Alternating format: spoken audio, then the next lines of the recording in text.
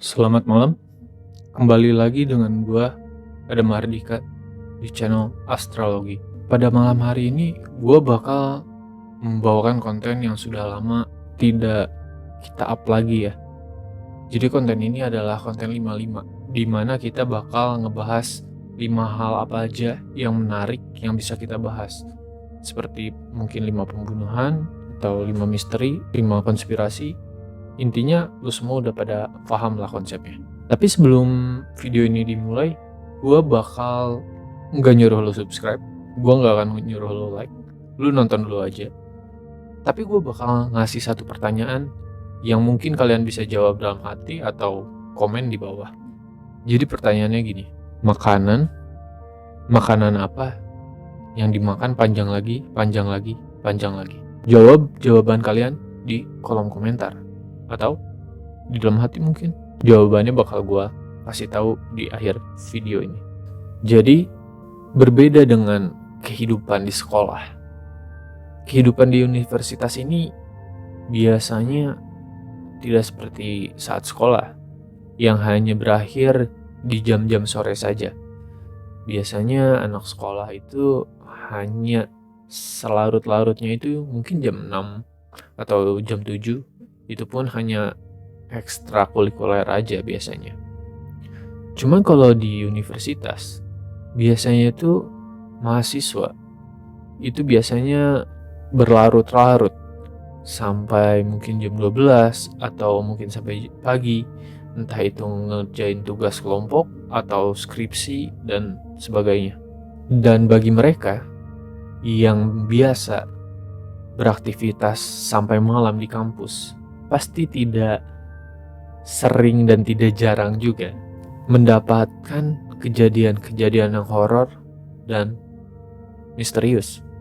Jadi 5 kali ini kita bakal ngebawain 5 kejadian horor yang ada di kampus-kampus di Indonesia. Langsung aja kita ke yang pertama. Yang pertama ada perempuan berambut panjang yang ada di kampus ITB. Bagi kalian yang ngampus di ITB, pasti pernah beraktivitas sampai malam. Mungkin enggak, lu males. Pasti kalian pernah mendengar mitos tentang seorang sosok wanita berambut panjang yang sering berkeliaran di daerah Taman Sari.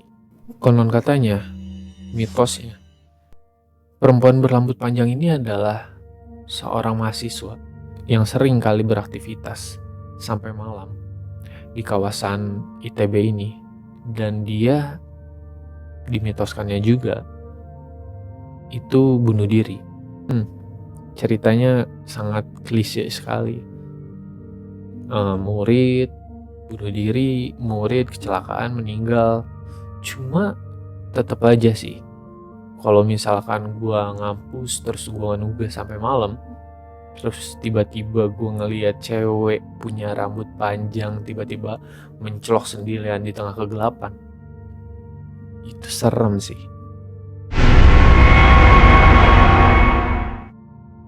Yang kedua, dosen gaib di Universitas Negeri Malang. Beberapa tahun lalu, mahasiswa di Universitas Negeri Malang digegerkan dengan tersebarnya berita tentang adanya penampakan dosen gaib ini. Dosen gaib ini senantiasa berkeliaran ketika jam-jam malam di daerah kampus tersebut. Dan konon katanya, sosok dosen gaib ini bakal menghampiri para mahasiswa-mahasiswa yang masih berada di kampus hingga larut malam. Mungkin mahasiswa-mahasiswa yang sedang mengerjakan tugas atau sedang berkumpul hingga larut malam, lalu sosok ini mendatangi mereka dan menyuruhnya pulang. Dan katanya gak sedikit mahasiswa kampus tersebut yang pernah dihampiri sama sosok dosen ini gitu.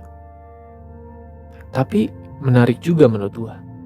Lu bayangin lagi ngerjain tugas, lu lagi nulis, entah itu lu lagi baca sama temen-temen lu, lagi ngerjain tugas, lagi ngerjain skripsi. Tiba-tiba ada dosen lu yang datang dari belakang mungkin, terus bilang, "Nak, pulang, sudah malam." Tapi pas lu lihat, gak ada siapa-siapa. Gua sih bakal jadi Naruto, enggak kabur.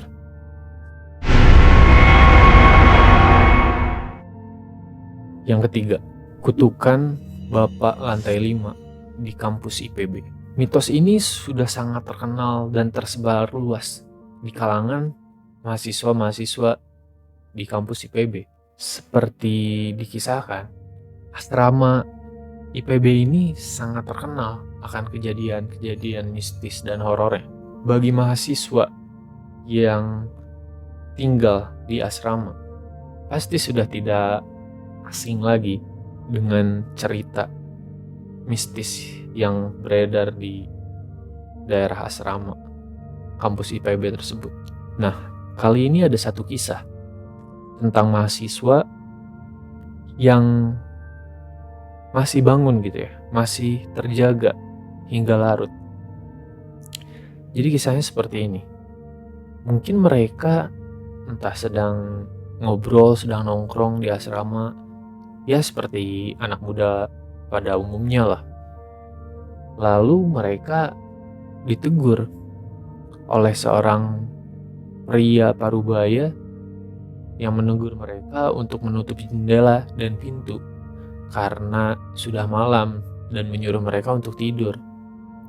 Sebagai anak muda pada umumnya, mereka ya hanya ketawa-ketawa aja dan mengiyakan perintah tersebut. Mereka menutup jendela dan pintunya. Tapi di sisi lain, mahasiswa ini tersadar bahwa pria parubaya ini yang menyuruh ini posisinya ada di depan jendela. Sedangkan di depan jendela ini tidak ada balkon dan tidak ada tempat berpijak karena asrama ini ada di lantai 5. Sejak itu, kisah dari kampus, terutama asrama IPB ini, menjadi sangat terkenal. Entah itu di internet atau dari mulut ke mulut. Dan gue gak bisa ngebayangin sih ketika berada di posisi mereka. Kayak lu udah disuruh sama orang dan itu jelas banget. Lu lihat sendiri orangnya dan lu dengar suaranya. Tapi lu sadar gitu, kalau di depan lu itu ya cuma jendela, gak ada tempat berdiri. Ya terus itu siapa gitu? Ya kalau gue sih pasti udah, ya serem banget sih. Gue pun bingung mau ngomentarinnya kayak gimana.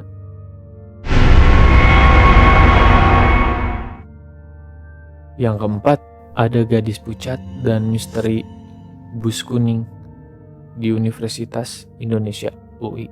Pasti nih, mahasiswa-mahasiswa di kampus UI pasti udah pernah dengar tentang mitos-mitos menyeramkan ini yang sudah berkeliaran di kampus tua tersebut. Beberapa dari kisah tersebut adalah tentang keberadaan gadis pucat putih yang sering berkeliaran di Danau Kenanga. Penampakan gadis pucat tersebut ternyata sudah menjadi cerita dari turun-temurun gitu.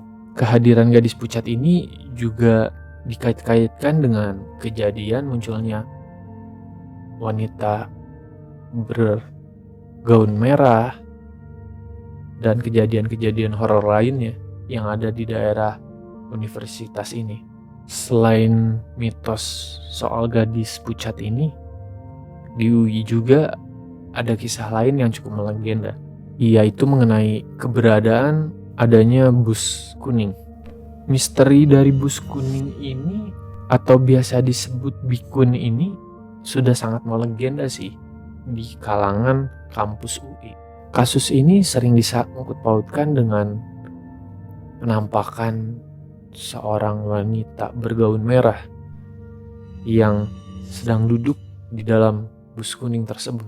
Usut punya usut, kedua mitos tersebut berasal dari kejadian mahasiswi yang dulunya gantung diri di kampus UI ini.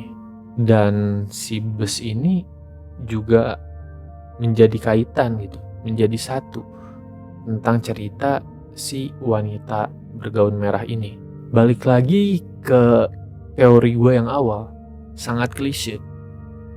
Bunuh diri, gantung diri, meninggal karena jatuh atau segala macam.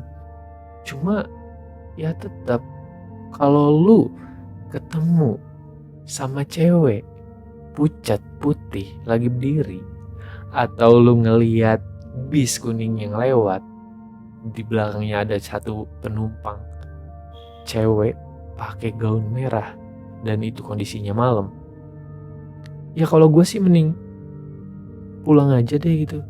Udah, tugas lu buat besok lagi deh, undur lagi aja, undur udah nggak apa-apa. Skripsi lu nggak beres nggak apa-apa, masih ada besok. Daripada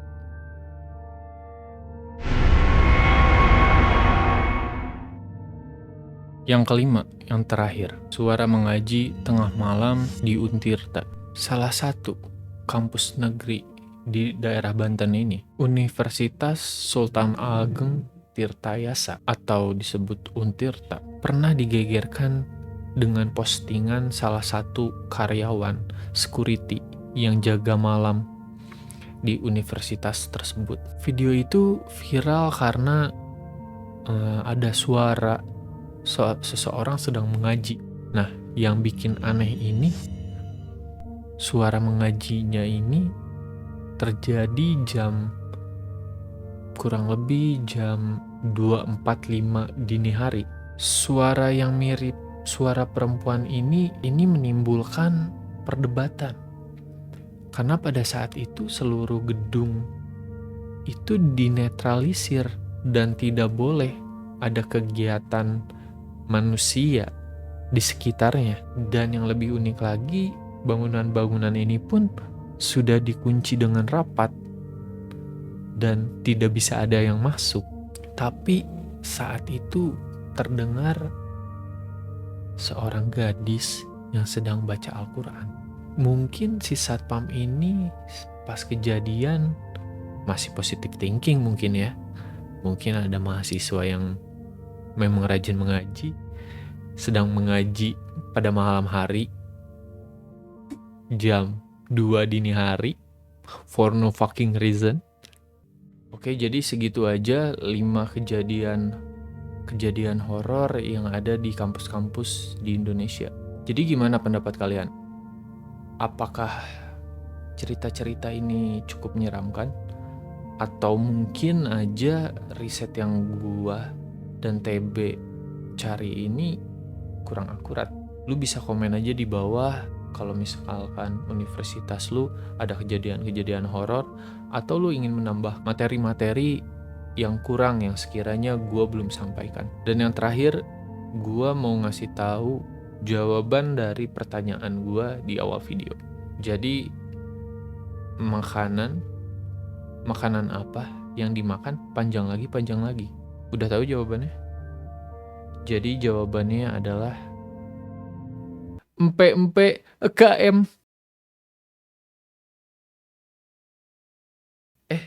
Bentar ada tamu deh kan. Iya, ada apa? Bapak diminta menghadap presiden. Sekarang juga. Sekarang.